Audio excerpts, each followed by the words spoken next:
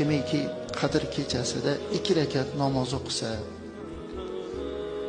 har bir rakatida Fotiha, ya'ni Alhamdu surasini o'qisa va unga zam sura qilib Ixlos surasini 7 marotaba o'qisa, salom bergandan keyin astag'firulloh va atubu ilayh deb 70 marotaba aytadigan bo'lsa, fala yaqumu, turmaydi o'rnidan, hatto Alloh taolo uni va uni ota-onasini gunohini kechirib olmaguncha.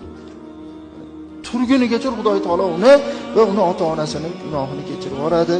Va yab'asullohu ta'ala malaikata, va Alloh taolo jo'natadi jannatga farishtalarni, buyurar ekan, ular u uchun daraxtlarni ekinglar va qasrlar bino qilinglar va daryolarni oqizib qo'yinglar.